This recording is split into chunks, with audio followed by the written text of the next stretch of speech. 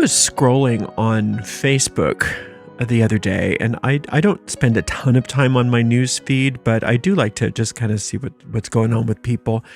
And there's always, you know how it is, there's always all those memes that are supposed to be helpful to people. And some of them are so nice, you know, giving you some inspiration and some little bits of wisdom. And there was one that caught my eye, and it said something to the effect of, if someone disappoints you 2 times, don't give them another chance. And I thought to myself, and there was so much, just like everybody was like acknowledging that, like so many hearts and loves, and yes, that's right. And I've noticed that that's kind of a big thing these days. It's just like cut people out of your life, no contact with certain people, don't give negative people the time of day, people that don't, that don't make you feel good should be gone. There's a lot of support for cutting people out of your life. And I thought to myself, wow, twice? If I disappoint you twice, I'm going to get cut out of your life? Geez, I'm so glad that most of the people who I love didn't feel that way, because I would have been cut out of some people's lives many, many years ago, very important people in my life, because I've disappointed people again and again and again and again. And what I'm so grateful for is that I have so many people in my life who didn't give up on me, who didn't throw me away. Because if they had, I would be not the person I am today. I would have never been able to do as well as I've done if it weren't for the people who never gave up on me. And I think that a lot of times when we say things like that, we're there's a small kernel of truth in there, obviously. I mean, if somebody's abusive to you, or if they've, if they're a danger to you, yeah, of course you want to separate physical proximity in order to help yourself. But when somebody is cut out of your life because they've disappointed you, or they haven't acted the way that you think that they should act, you're really doing yourself and them a huge disservice. And so I just want to be aware of this sort of popular point of view in the current zeitgeist, because I think that sometimes it's very misguided. There's this notion of service that seems to have left us. What our function here is, why we're here, what our highest function is here. A lot of times we think, well, my function here is to start a business and to make money and to have a family and to buy a house and to do things for me. And in reality, that is not our highest function here. Our highest function is to be of service.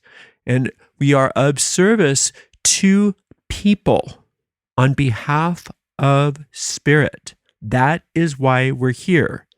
Now, obviously, being of service doesn't necessarily mean doing everything that a person wants you to do. That's not being of service to them. But it is definitely not being of service to cut people out of your life because they disappoint you. Even cutting people out of your life because you feel like they are at odds with you. There's a lot of people in my life that I do not agree with. I don't agree with their point of view. I don't agree with their point of view on politics. I don't agree with their point of view on sexuality. I don't agree with their point of view on a lot of things, religion, etc. But I don't disagree that they're my spiritual sibling, that they are part of me. And if the universe sent them to me to be in my life, then I need to be of service to them. And to be of service to them is not necessarily to teach them, is not necessarily to show them the way. necessarily, but it is to keep them in my heart. It's to open my heart to them, is to love them no matter what. And to acknowledge that just because I don't agree with them doesn't mean that they're necessarily wrong. And that doesn't mean necessarily that I can't learn from them. And that there isn't something important in this encounter that goes beyond our differences. It seems like everything has gotten very tribal. I mean, it's always been that way, but it's becoming increasingly so. It's very tribal. And everybody's got their tribe, and which is wonderful. There's nothing wrong with having your tribe, but remember that it is of the order of tribalism to war. Tribes tend to be at war with one another. And what we want is unification of ourselves as spiritual beings, because that's the truth of who we are. No one is free unless everyone is free. That is really the truth. You can't, if you're coming from the point of view of of the Psalms, you can't, quote, enter the kingdom of heaven, and that's just a symbol. You can't enter the kingdom of heaven all by yourself. You have to enter the kingdom of heaven along with everybody else. We're all in this together. We really are. And that includes the people that you don't like. That includes the people that you don't agree with. And that definitely includes the people that disappoint you. Now, of course, I want to reiterate that I'm not stating that you should be in physical proximity with people who are a danger to you, but that is not the bulk of the people that we are talking about here. The bulk of the people that we're talking about here is people that maybe you don't care for, maybe you don't agree with, maybe the people that get on your nerves, right? Maybe the people that don't say things the way you want them to say things, maybe the people that disagree with you. Maybe the people that you don't understand. Now, there's this wonderful image that we like to use. And I used to use this with covens a lot. But it's true of humanity as a whole, or any kind of community. And on one level, we are all one big giant community of on this planet. But that is the image of a rock tumbler, and you may have already heard this before, but it's still a good one. The idea is that if you take a lot of just raw stones and you stick them inside of a rock tumbler, you turn the rock tumbler on, and it tumbles, and it tumbles, and it tumbles, and all the little rough edges of each of the rocks rub up against each other, and they polish it. They polish one another, They polish one another. And every rock starts to get more refined and more luxurious and starts to have a sheen to it. And it's a way of refining the stones. You're using the stone's rough edges to refine the stones and to sand down the rough edges. And that's what we are. Sometimes when we come together, we are supposed to rub up against one another. We are supposed to upset each other, not to torture us, but to refine us so that we can find where our common ground is, where we can find where our common humanity is. But if you look at the way that the popular notions right now are that if you don't agree with me and I don't like every little thing that you stand for, you're out of here, buddy. And I want nothing to do with you. And it's just like, and we do this with love, right? And well, I do this with love. I don't want anything bad to happen to you, but I never want to see you again because I don't like you. And that's not going to get us where we need to be, because it's coming from a misunderstanding of what our function here is. And like I said, our function is service. Our function is to serve. And the way we serve is by accepting that there is no mistake who is placed on our path. And if someone's placed on our path, it's because Spirit thinks that that's the best encounter so that we can help each other to sand down some of those rough edges.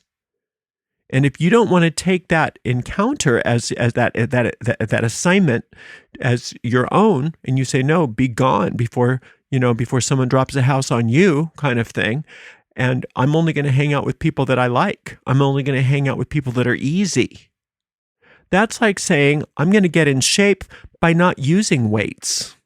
I won't use weights. I'm just going to flex my muscles here and there, but I'm not going to use weights and then getting disappointed that you never gain muscle, right? Never putting any resistance. Well, that's why the universe sends certain people your way, is to put some resistance so that you can grow. And if you don't like the weight that the universe sends you, and you just cut ties with these people, and you say, no, I'm only going to go around with people that don't cause any resistance, then you're not getting your purpose here. You're not understanding your function. How can you be of service? How can you be of service if you are only doing what you think is easy? How is that possible? It's so arrogant to think that my ideas are right, my comfort is all that matters, and my relationships should be determined by me, because I'm so smart that I know who's good for me and who's not good for me. That's arrogant, because you don't know. If you knew, you'd be in a very, very different place in your life. If you knew what was going to make you happy, what was going to make you a better person, what was going to help you grow, if you knew those things, you'd be there. But Spirit does know. And when you say things like, I want to grow spiritually, I want to be a happier person, I want to be a more joyful person, I want to be a more loving person, the universe says, oh, good, we'll help you do that. Now, here's the curriculum in order to obtain that. Here's the curriculum. Here's your routine, your daily workout. And I'm sending it to you right now. And then you look at people and you go, ugh, them? I have to deal with them? No. Out of here, you guys. You're not the people I'm supposed to be with. I'm supposed to be with the cool people, not you people. Right? So be careful of that. Be careful that you don't just automatically agree with these notions that are very prevalent right now, that if someone disappoints me, they are cut out of my life. Sometimes people can be really bad. Sometimes people can be really mean, and you don't have to put up with that. You don't. You don't have to put up with that. But at the same time, you don't have to be wimpy about it either. Right? Nobody should have to be tortured. Nobody should have to be abused. And those kinds of things, definitely, it's okay to cut ties, at least for the time being. That's just a given. But I'm talking about the other 98, 99% of the time when you just don't want to be bothered. You just don't want to be bothered with these annoying people. But that's your workout. That's who God sent you. And if you're not going to be willing to be of service by accepting the assignment that's sent to you, what is God supposed to do? Find somebody else, right? And you're just going to be on hold, and you're just going to be in limbo, because everything in this world is all about free will. And if you don't want to do if you don't want to do the assignments as they're given to you, if you don't want to accept the people that the universe has sent you, then you're just going to put your growth on hold, right? But then what we do is we increase our illusion by convincing ourselves that we are exactly where we need to be, when we're not. We're not exactly where we need to be. If we were exactly where we needed to be, we would have joy. We would have happiness. We would have peace. But if you're not having peace, you're not having joy, and you're not having happiness, then there's work to do. And what's the work? It's the work that's in front of you. It's the work that's sent to you. And it's very helpful if you, rather than trying to figure out for yourself, these people I'm going to work with, these people I'm going to cut ties with, these people are worthy of me, these people are not worthy of me. Rather than thinking of that, you just assume that everybody who is sent to you is perfect for you. Now, that doesn't mean you agree with them. That doesn't necessarily mean, that you give them what they think they want. That doesn't mean that you do what they want you to do. But it does mean that you're there to love them. It does mean that you open your heart to them. It does mean that you want for them the best, all the blessings of life, sincerely wishing them all the blessings of life and meaning it. It does mean that you look at what your resistance to their behaviors are, and you ask yourself, what are my rough edges that I need to allow to be sanded down here? Where am I falling short? Where are my character flaws that need some sanding off? Where is it maybe that I'm not the one who's the teacher in this relationship, but the student? So when we go about our day, if we completely disregard this notion of, I'm going to cut ties with certain people because they bother me, or because they disappoint me, or because I'm calling their behavior abusive, when it really isn't. It's just annoying, right? If you just only hang out with those people throughout your day that are easy, you're not getting the benefit of the encounters that are being sent to you. You are completely missing the mark. You're completely missing an opportunity to not only grow, but to be refined, to really be better, and definitely to be of service. Now, if you can think in terms of service, what is service, and why would you want to be of service? Well, because that's your function here, first of all. Your function here is to be of service. That's the highest function. We think it's not. We've convinced ourselves that our function here is to be sort of autonomous and get what we want and kind of put up with people.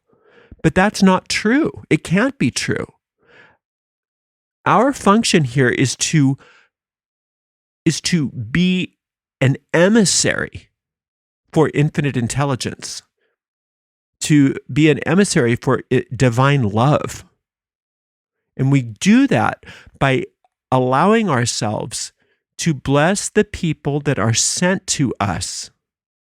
And if we're not willing to bless those people and love them unconditionally, that's good to know.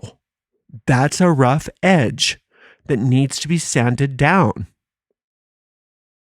And avoiding the encounter is just avoiding our own perfection, our own transformation.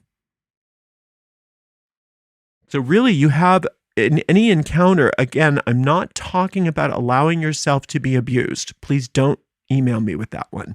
That's not what we're talking about. Let's take that out of the equation right now, because that's not the bulk of your encounters. And if it is, then we have another thing to talk about. When you reject the idea that an encounter is uncomfortable, when an encounter is uncomfortable, when you reject that person because of the discomfort that you encounter with them, what you are doing is you are wasting your opportunity for spiritual transformation. And you are not working and allowing, you are not allowing yourself to fulfill your function here. Because your function is to love. That is the only real function you have here. Anything that's not that is a detour. Anything that's not that is not from God, is not from Spirit. It's something that you're coming up with. And when you come up with stuff like that, what do? You find other people that can validate your point of view, that I don't need to be loving here. What I need to do is get my needs met. And then you find other people who want the same thing, and you agree and you validate. So that way you feel like you have some sort of support system in the world to avoid your function. And that's a huge waste of your time. Instead of trying to find people that will agree with you that you have every reason to not be loving, instead what you can do is accept your function even when it's uncomfortable, especially when it's uncomfortable. Especially when it's uncomfortable. Intimacy can be uncomfortable. Intimacy can be uncomfortable because what it does is it exposes your own resistance to love. And remember, your function is love. So your resistance to love is a resistance to your function. And those things you need to know about. And that's why we are here with each other, is to expose those places in us, those wounds within us, where we are resisting our function of being loving people, so that we can sand down those resistances. Right? Sometimes what happens with people is, now, when you break a bone and the bone heals, that area of the breakage is actually stronger than the rest of the bone. When you have surgery or something like that, and the scar heals, once it's healed, that scar tissue is stronger than the surrounding tissue.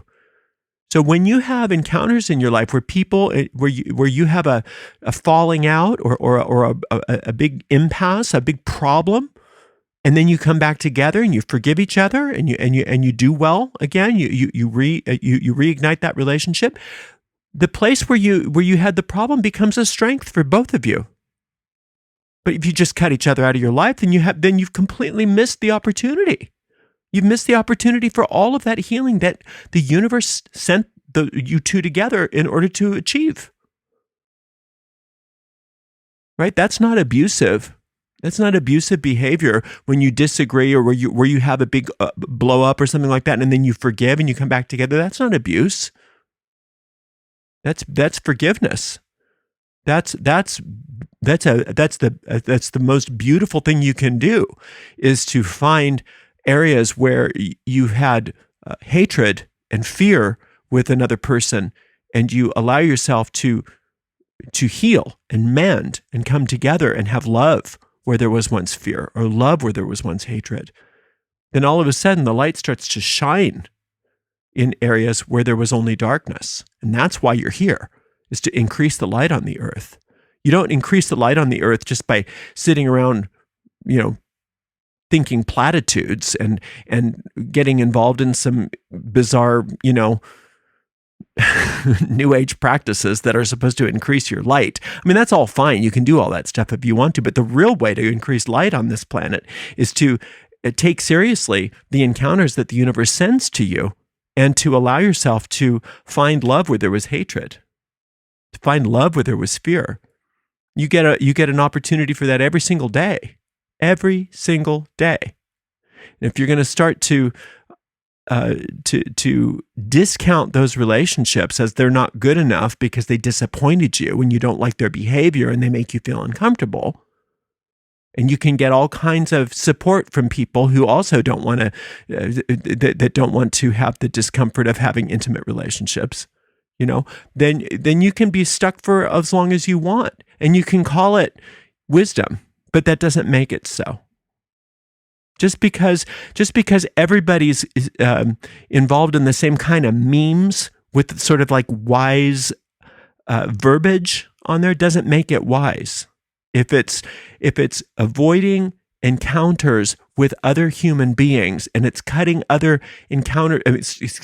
it's cutting encounters with other human beings out of your life just so that you can avoid the discomfort of healing, then it's not wise. It's just not wise. This is work. Consciousness is work. The craft is work. It is hard work, but it's glorious work. And we don't run away from discomfort in relationships. We turn and face that discomfort. We turn and face that discomfort because we know that love is the only thing in that relationship that has any validity, that has any substance. And everything that's not love must fall away into its own native nothingness if we allow ourselves to connect with the love that's already there, and to forge through those discomfort, those uncomfortable experiences that are trying to keep love from us. It's been popular for probably about 30 years, this idea of being vulnerable. Well, I just need to be more vulnerable. I need to be more vulnerable. That's a misunderstanding of what we're talking about. Being vulnerable is not what you want. Being vulnerable suggests that you are leaving yourself open to attack. That's what vulnerability is. You're vulnerable to attack. We're not interested in you being vulnerable. We are interested in you understanding that your defenses are what make you vulnerable. So when you let down your guard, when you let down your defenses and let in the love, you are no longer vulnerable to attack. Ultimately, you are not. Now, again, like I said, on those rare occasions where somebody is actually dangerous, then they're not for you. If they are too dangerous for you, then they're not sent to you for that purpose. You'll know when those cases are. There's certain people that you need, like restraining orders and that kind of stuff. We're not talking about those people. Okay, you leave those to the professionals. We're talking about everybody else. Being vulnerable is not what we want. Lowering our defenses is what we want. But lowering our defenses in the presence of love takes us out of being vulnerable. Intimacy is not vulnerability. Intimacy is defenselessness. There's a difference. Defenselessness makes you invulnerable to attack. Defenselessness makes you invulnerable to attack because love does not attack. And love cannot be attacked. So as we go about our day today, let's look at each and every encounter as it is sent to us and look at it from a new perspective. Let's just assume that the universe knows what it's doing when it sends this person our way. Now, if our immediate response to somebody is rejection, it's possible that what that person was sent to us for was to rub away one of those defenses that is trying to keep us from experiencing love. And if we look at it that way and we think, the universe sent me this person, my knee-jerk response is to reject them, what happens if I don't follow through on that and instead I love them? Instead, I love them regardless of my need to reject them. What if I love them instead? What would happen? You'll notice when you start rethinking things and not just allowing your ego full reign, and you don't go with your first response, and instead you start thinking in terms of how can I be more of service? How can I love them? You will be shown. You just ask your inner guidance, how do I love this person? What do you want me to do? And you will be shown each and every step of the way how you can transform yourself in their presence. And when you do that, they benefit too. And everybody benefits from that. So let's rethink this idea of rejecting people because they disappoint us. Let's give people a chance. And then give them another chance, and then give them another chance. Again, not allowing ourselves to be attacked, not allowing ourselves to be abused, not allowing ourselves to put others' needs before ours. That's not what we're talking about. I'm talking about what you do with your heart.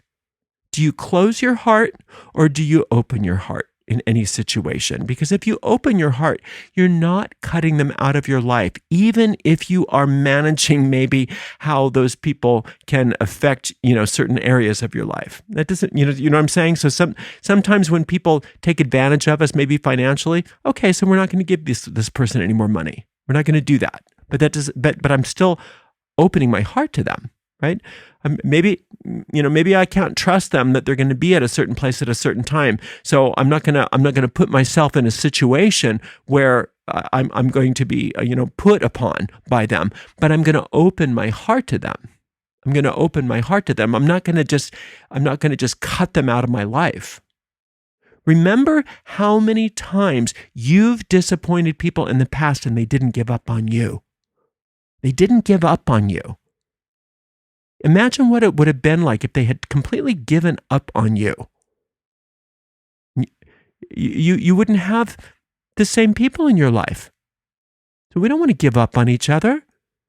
We don't want to give up on each other just because we don't like what things in the physical world that certain people stand for. If we only got to hang out with people that agreed with every little thing that we agreed with, we would have no rough edges, and we would have no way of becoming better and more luxurious. We wouldn't have that luster available to us of having ourselves shined up and polished up and becoming better and better people. Remember that your function here is to serve, and the only way to serve is to love. And the only way to love is to allow people to be themselves. You got to allow people to be themselves. It's okay if people don't agree with you. It really is. It's really okay if people live lives that you don't understand, that don't make sense to you. All right. So let's just take a moment and let's just do a little quick meditation. If you're in a place where you can do so, go ahead and close your eyes. We're going to take a few deep breaths. We're going to relax the body and mind. We're going to picture ourselves on top of a beautiful mountain in the center of a circular grove of trees. And inside the center of this circle, a beautiful bonfire blazes forth, lighting us and this grove up with a sacred golden light. And we recognize that this is the light of perfect love and perfect trust. And it burns away everything that is unlike itself. And into this sacred grove, we call upon the presence of infinite spirit, whom many of us relate to as our divine Father and Mother. And we ask that they join with us and that they show us how to love. We're going to just sit for a moment and allow ourselves to have some person come to mind that we would like to reject.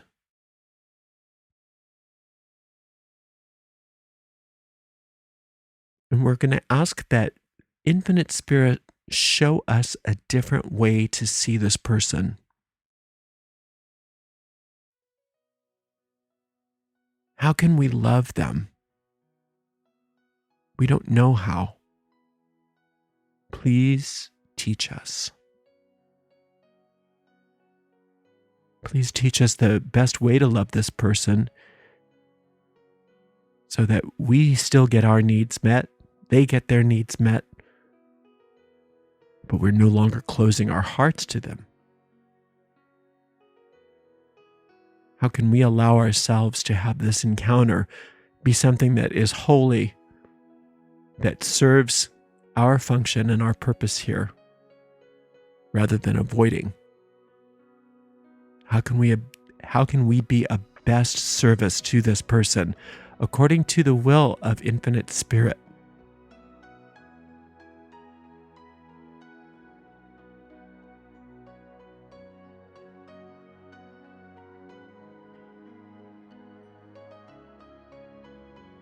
We see this person being clothed in golden light, bathed in golden light. We no longer want to change this person. We simply want to love them because we see them as they are behind their behavior, behind the circumstances. And we are very grateful that Infinite Spirit is able to show us this person as they really are rather than as we perceive them to be. Thank you very, very much. Together we all say, blessed be. Thank you so much for spending some time with me today. I really appreciate you being here. And until next time, blessed be.